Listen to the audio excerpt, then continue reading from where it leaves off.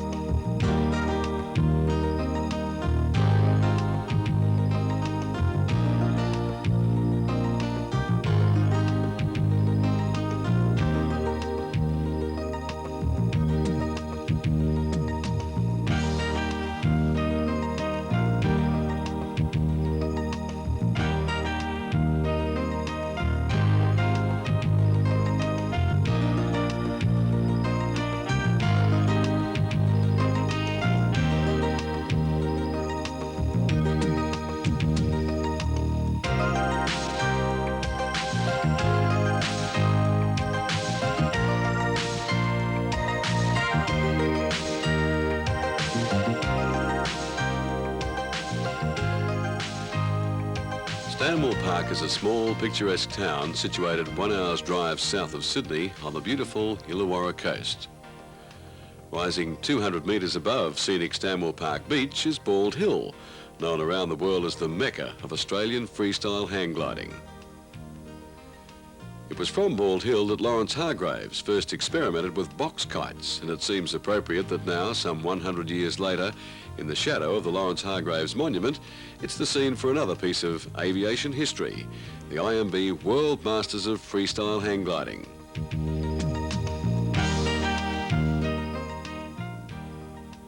As part of the safety requirements in a competition such as this, both judges and pilots are enforced to carry out a pre-flight check of all equipment.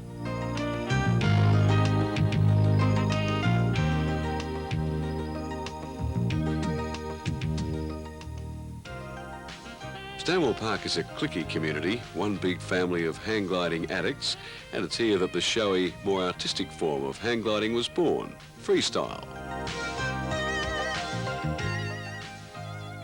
Organisers set aside 10 days for this competition, expecting to get the conditions right sometime during that period.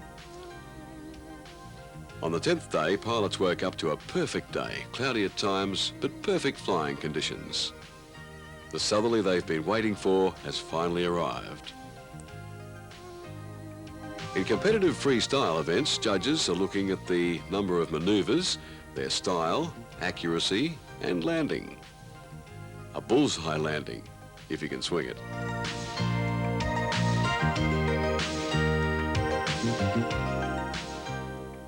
The Masters is held every 2 years, and the top 4 place getters from January 1986, Newcastle's Rick Duncan, Stanmore Park's Danny Scott, Steve Moyes from Sydney, and Bruce Daniel, also of Stanmore Park, will take the first 4 seeding positions for the event, which runs from the 10th through to the 20th of January.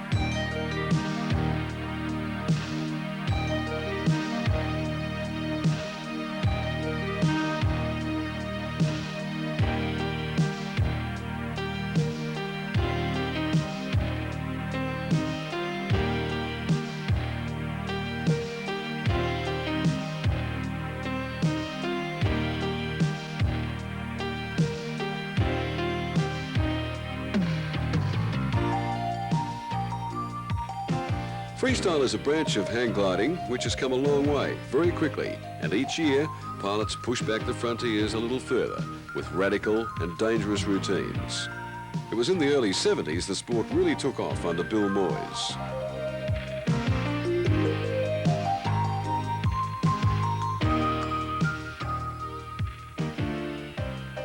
Freestyle hang gliding is a spectator sport where 90% of the action takes place close to the hill, as opposed to over land comps where all there is to see are the takeoffs.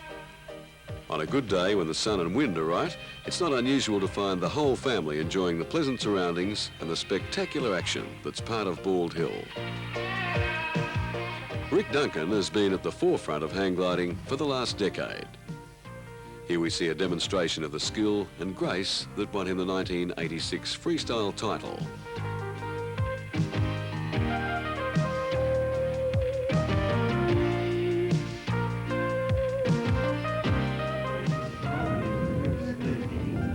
Really delighted with all the people that did.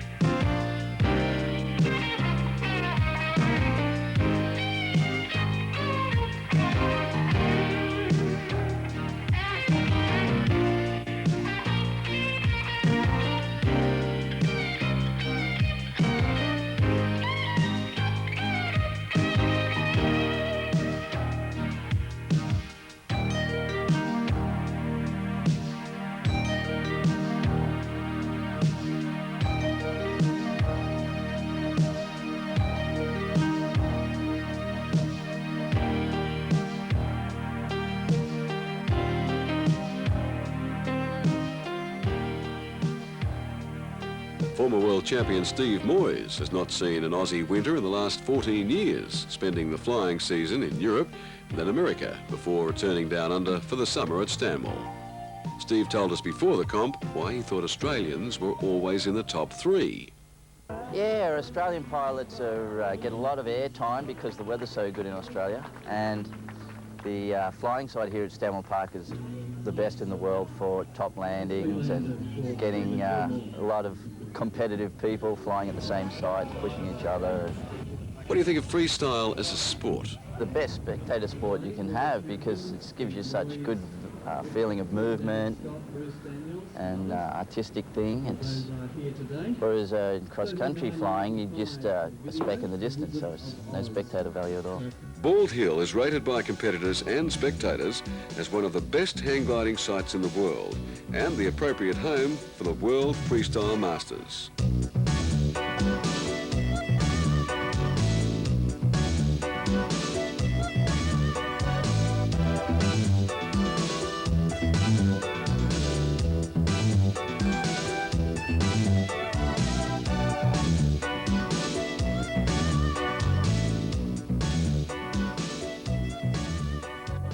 It was during the summer of 79-80 that Tim Travers started to experiment with the freestyle art form and became one of the instigators of freestyle flight, helping to add yet another facet to the sport of hang gliding.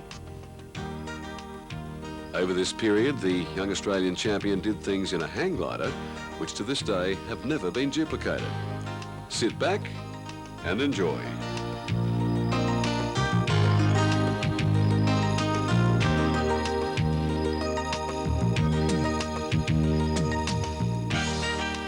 The skill and courage needed to perform some of these radical manoeuvres is acquired only by the chosen few and is something to be wondered at. A moment's lapse of concentration could prove disastrous.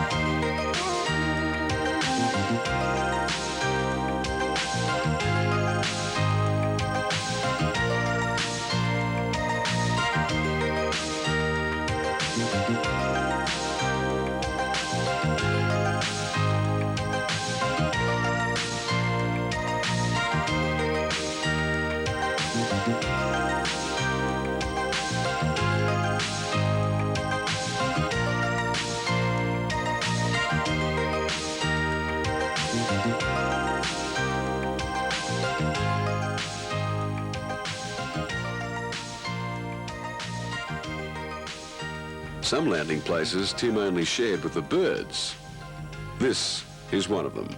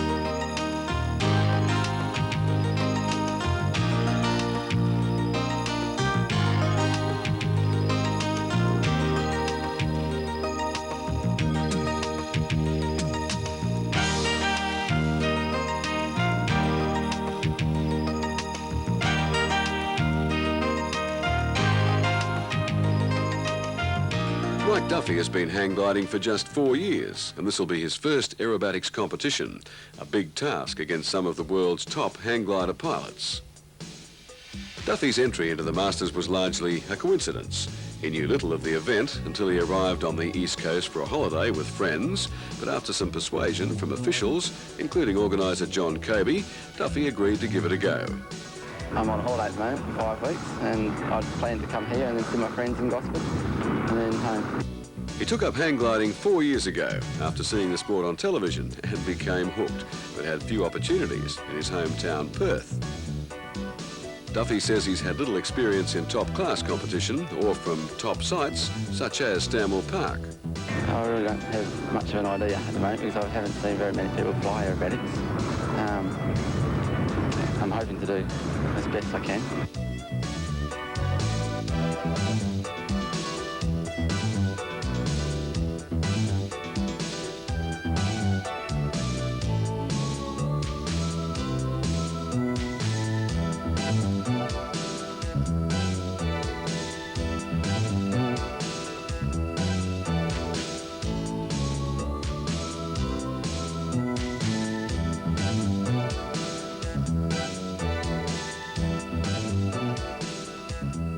The full loop is one of the most difficult and dangerous manoeuvres being performed by these gladiators of the sky.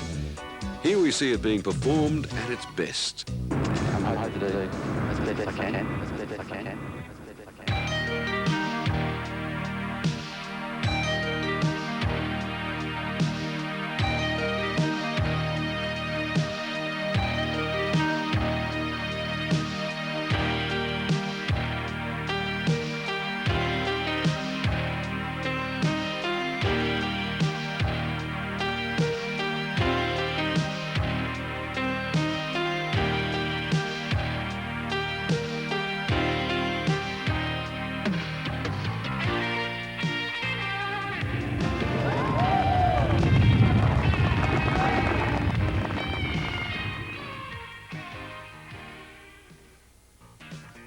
Steve Gilmore won the aerobatic championship at Mount Buffalo in 1987, but was unable to repeat his prize-winning performance in the freestyle.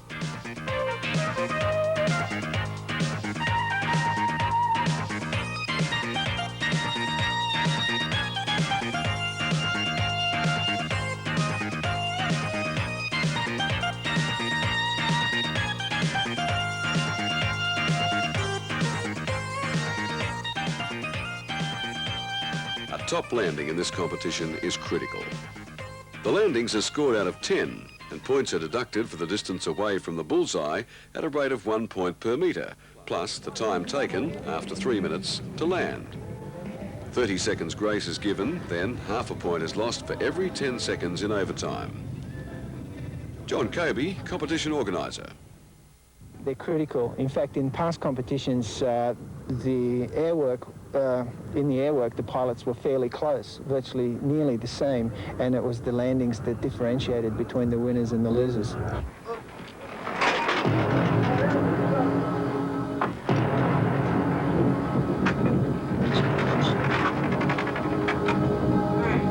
Everyone, of course, enjoys landing and talking about their flights after, but it's totally independent feeling.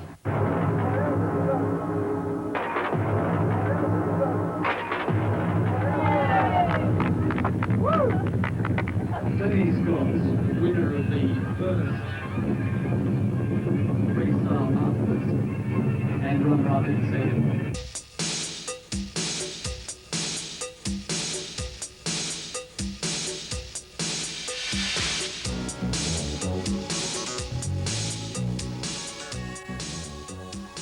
Danny Scott started flying at the age of 13 and has lived at Stanwell Park for the last 14 years. He tells us that to him, Bald Hill is just like a grid map. When he performs a manoeuvre close to the hill, he has the ability to predict exactly where he will exit.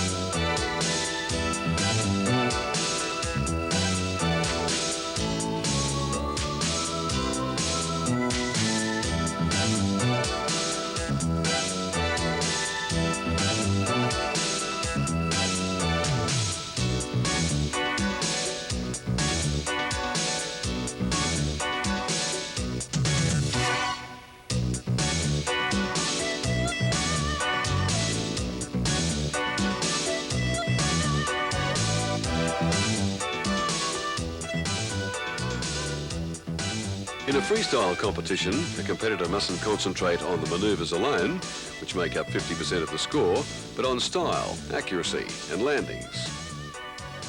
The manoeuvres are judged on the degree of difficulty and the number of manoeuvres managed in the 3 minutes. Extra points are scored for combinations of manoeuvres. The accuracy is scored with each pilot beginning with 10, then losing points for any error in flight. Style is judged on the same basis, with pilots losing points for any loss of flow and harmony. The heat format is one-on-one, sudden elimination. A freestyle competition is judged on a similar basis to a gymnastics or a diver's performance.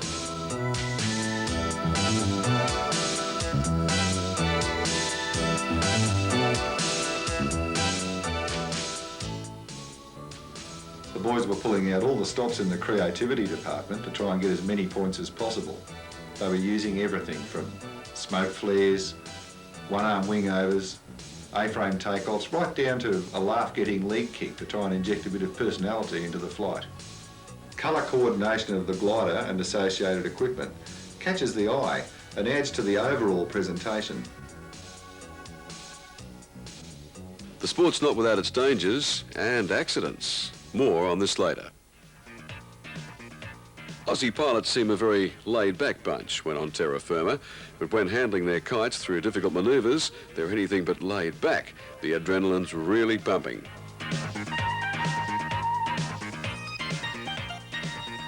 Russell Duncan came to the freestyle with the reputation as the best exponent of a full loop in Australia. During his warm-up flight before the competition, Russell entered a loop only 30 metres from the hill and stalled fully inverted. He tumbled his glider at least 10 times, falling 100 metres before crashing into the side of the hill. His only injury? A broken nose. It took real courage for Russell to don the harness and fly again.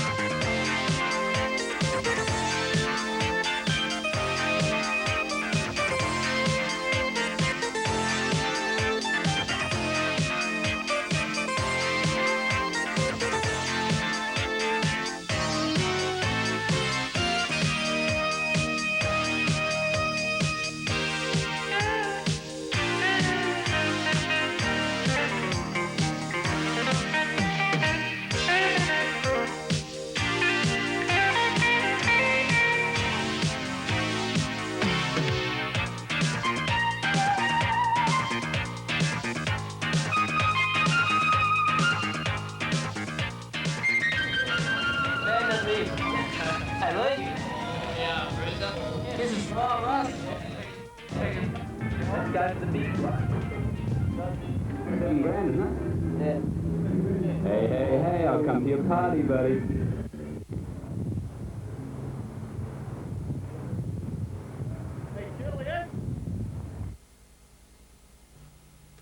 Bruce Daniel's also one of the pioneers of freestyle flight. He's competed in all previous freestyle events and has been involved in the development of the freestyle competition format. Bruce designs and builds his own gliders, especially for freestyle. And here we see him flying his latest design, the Rage.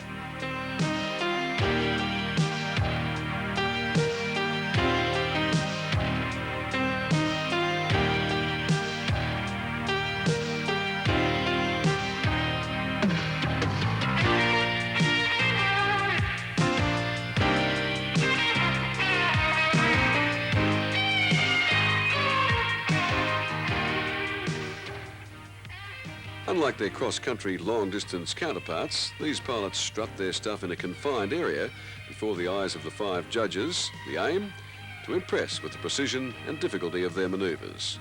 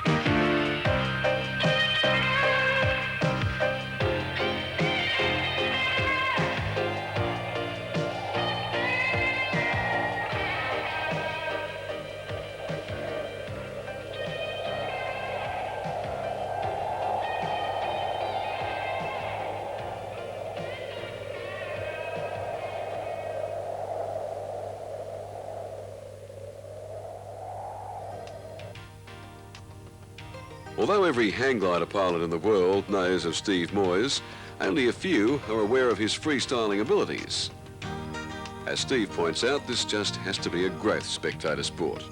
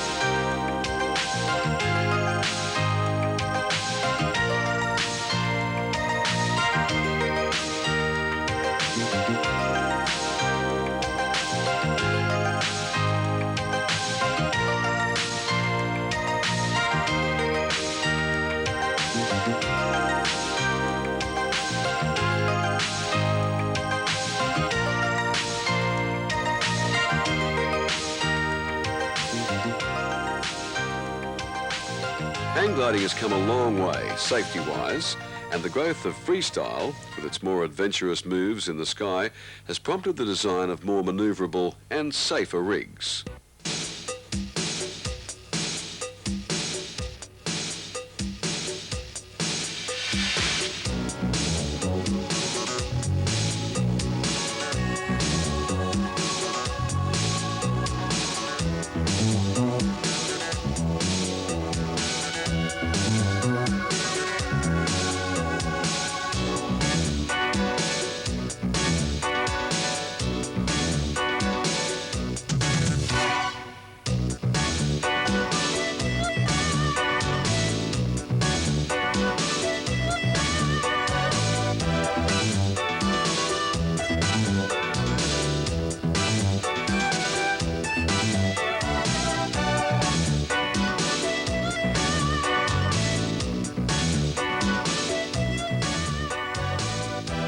At the moment, the full loop is the highest scoring and most dangerous manoeuvre that's gradually being tried and conquered. Not everyone is keen on it, though. I design hang gliders and build them for a living, and they're not made for doing loops. They're getting faster and faster. It's possible to really beef one up and get it so it's better than the normal hang glider for doing loops, but they're still, once they start tumbling, they'll never stop. So the first time you blow them in a loop, you're in serious trouble. What gives you more pleasure, flying or building? Flying, of course, yeah. I love flying. I've got probably 3,000 hours now, and fly summer here, and then I go to the States and Europe and fly the summer there.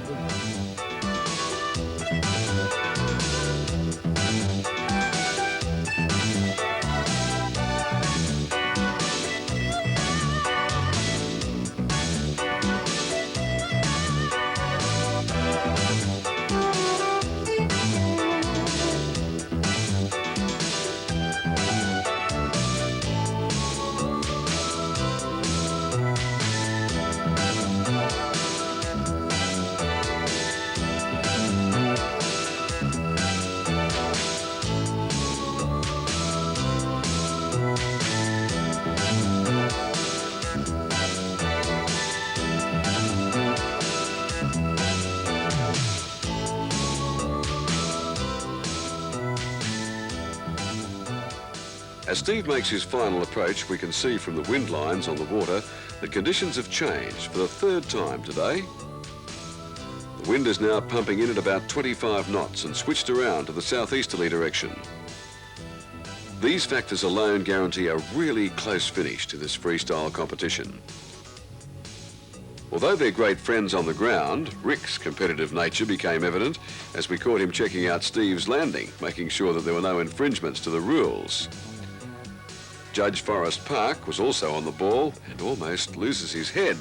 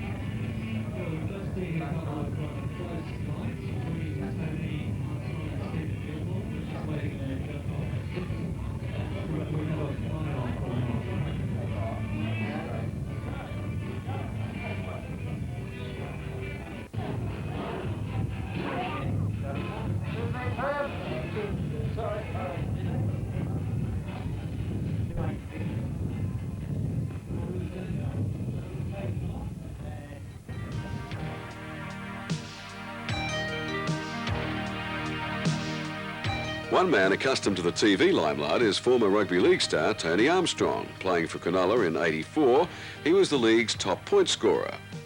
But now hang gliding is his game. Forced off the football field because of injury, freestyle is now his favourite art form. Freestyle to me is an expression of yourself. It can be an expression of your mood. If you're feeling aggressive and angry, it can reflect your flying. Whereas if you're in a very quiet mood, you can just float around the air. When he steps into the harness for competition, he has to harness his moods for victory. And the aggression he had back on the football field had its uses in the early days of flying. Basically, when I was learning, I had to use a lot of aggression on the sandhills to get around, because sometimes when you're handling a glider, they're not the easiest thing to handle. So, yeah, in that area, it helped. How hard was it going from a sport that's full on to something that's fairly laid back? Not much different. They're totally different sports. To me, that can be an expression of your own personality if you can handle both things at the one time.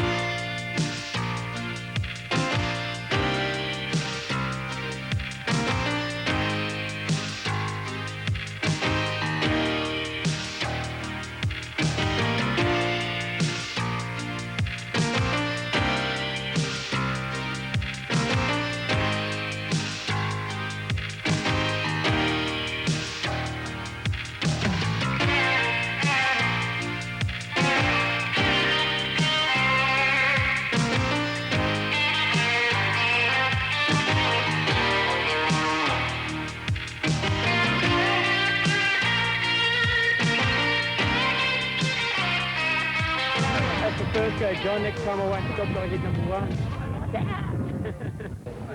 It doesn't make any difference to me, but it's still the same competition, so that's all right. Fair enough, there was only 12 up there, and that's fine, but change it. I see what John's getting that, bud. Rick and Steve check each other out, wondering who will be the best on the day.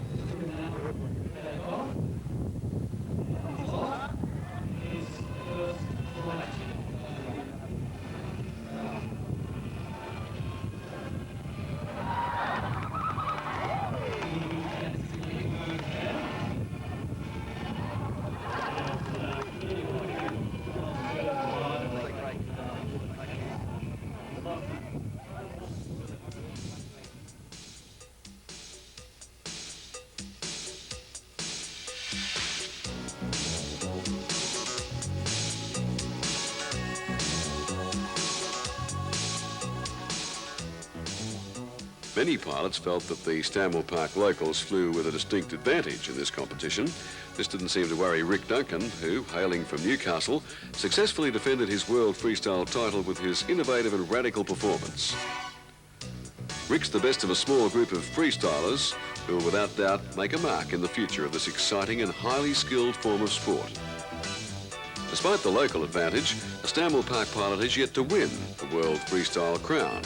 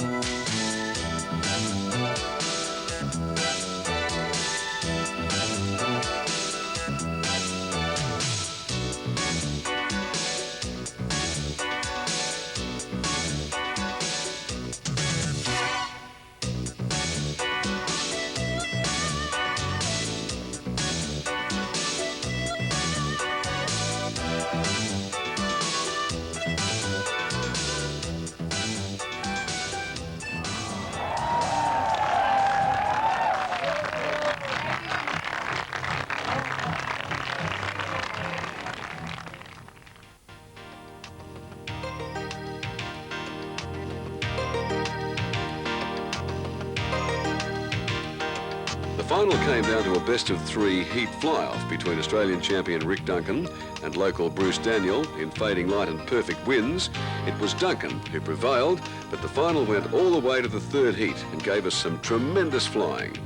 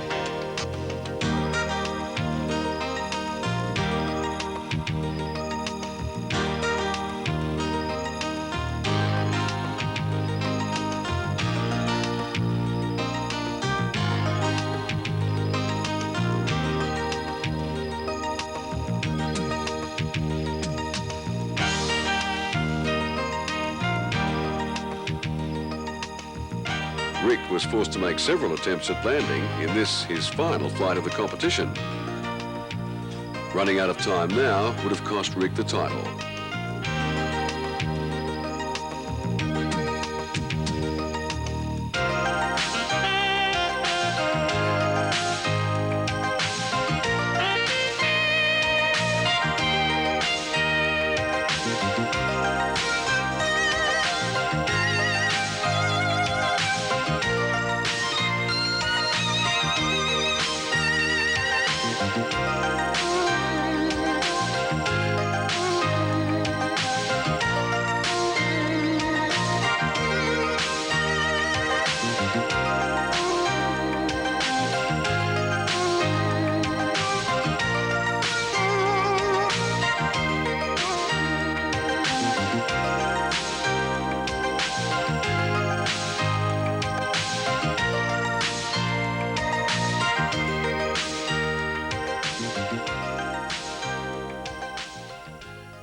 The winner of this competition receives $3,000 and the Dan Racanelli Trophy.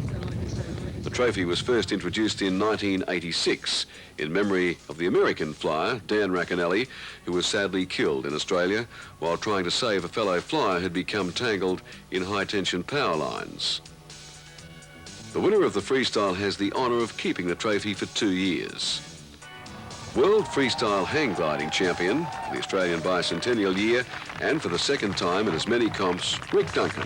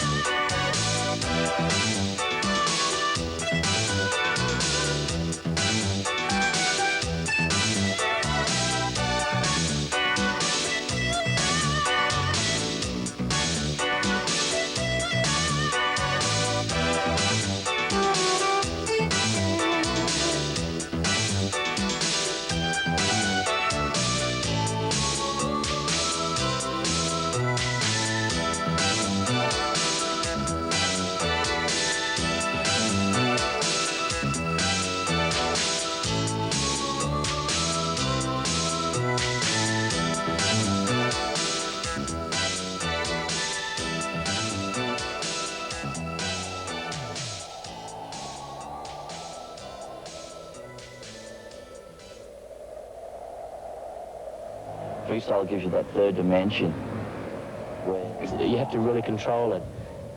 And it was the landings that differentiated between the winners and the losers. it's totally independent feeling. I'm hoping to do as best I can. Full time, and within 3 months I was teaching hang gliding. I get a lot of air time because the weather's so good in Australia. It's about a 10 to 15 mile an hour easterly wind. Spectators around, the people just like to show off in front of a crowd. So we're going to concentrate on bringing the sport to the people via television. Basically, when I was learning, I had to use a lot of aggression on the sandhills to get Just feet off the ground and away you go. And build for a living, and they're not made for doing loops. Faster, it's possible to really beef one up and get it so it's better. So the first time you blow them in a loop, then you're in serious trouble.